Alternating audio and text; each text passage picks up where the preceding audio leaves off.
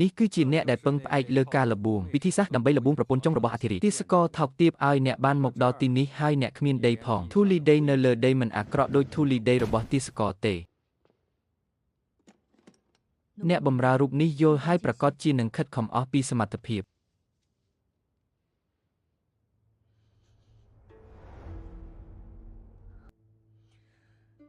ទឹកថ្នាំពណ៌ខៀវដ៏ពិសេសរបស់គ្រួសារយ៉ែងខ្ញុំបានធំក្លិនវានៅថ្ងៃដែលគ្រួសារទាំងមូលត្រូវបានសម្លាប់ហេតុអ្វីបានជាអ្នកយំពេញមួយយប់យំឲ្យអស់ទៅខ្ញុំនឹងយកទ្រព្យសម្បត្តិរបស់អ្នកគ្រប់គ្រងដ៏អាក្រក់ឲ្យ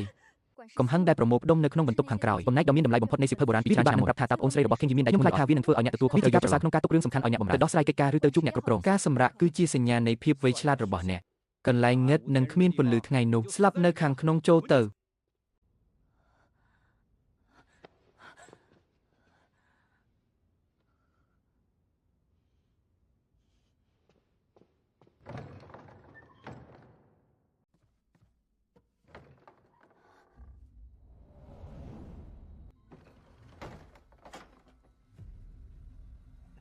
នៅក្នុងបន្ទប់សម្ងាត់នេះឡើយជឺទោះបីជាអ្នកខូចចិត្តយ៉ាងណាក៏ដោយក៏គ្មានអ្នកណាខ្វល់ដែរខ្ញុំដឹងថាអ្នកនឹងក្លាយជាក្មេងល្អឬចាំខ្ញុំធ្វើវាដោយខ្លួនឯងសិនគាត់នឹងធ្វើឲ្យរឿងទាំងអស់នេះខ្វក់មែនទេមនុស្សនោះងាយស្រួលរកណាស់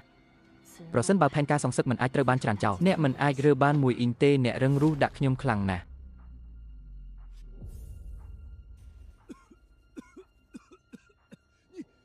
តើអ្នកបានធ្វើអ្វីខ្លះដើម្បីធ្វើឲ្យស្បែករបស់អ្នកមានអារម្មណ៍ដូចជាវាកំពុងឆេះវាឆេះដូចជាអ្នកកំពុងរមាស់អញ្ចឹងស្រីស្អាតអ្នកបម្រើគួរតែស្ងប់ចិត្តចុះប្រហែលជាដោយសារតែឆេះនេះហើយសត្វល្អិតរមាស់នៅក្នុងសៀវភៅចាស់អ្នកមិនអាចចូលទៅដល់សម្ភារៈនេះយូរមកហើយរឿងសំខាន់បំផុតដែលត្រូវចិញ្ចឹមគឺត្រូវជៀសវាងថាមពុកខ្យល់និងយិនសត្វល្អិតប្រភេទនេះជ្រាបចូលជ្រៅទៅក្នុងខ្លួនអាហារូបត្ថម្ភឆ្អឹងជំនីត្រូវការពេល3ថ្ងៃអ្នកថែមទាំងត្រូវការរបស់របររបស់អ្នកឲ្យជាប់ទៀតអ្នកគ្មានកម្លាំងសូម្បីតែប្រើអំពើហិង្សាទេត្រៀមខ្លួនសម្រាប់សមរភូមិ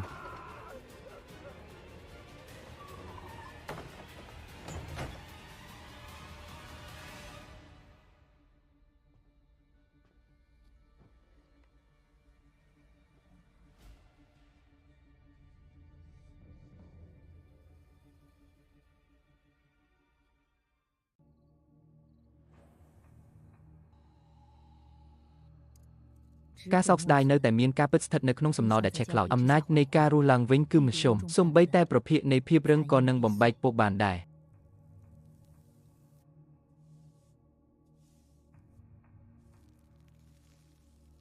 ត្រាស្រនិងសត្វគ្រាមិនមែនជារបស់ព្រះចៅអធិរាជទេត្រាឯកជនត្រូវបានប្រើដើម្បីសម្លាប់រង្គាលគ្រួសារវែងរូបមន្តសម្ងាត់នេះពិតជាមកពីក្បាលពីដែករបស់គ្រួសារវែងអាវុធត្រាបរិសុទ្ធ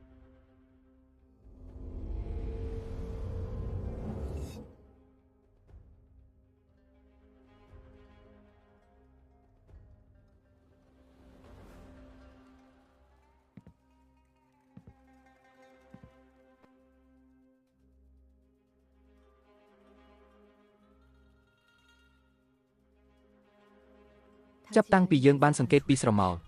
នេះមានន័យថាកាំបិតនៅតែមានប្រយោជន៍ខ្ញុំត្រូវបង្ហាញគាត់ពីតម្លៃរបស់ខ្ញុំ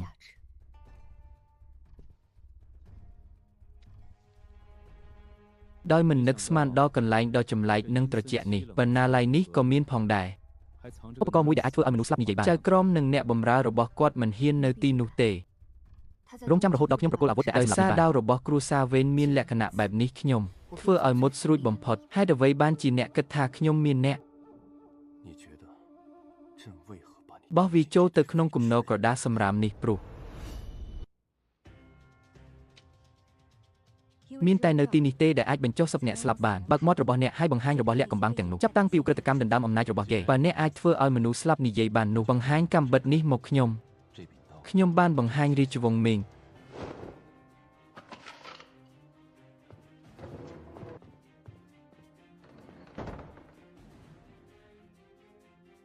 បតាសិក្សាអធិរាជធានឡៃ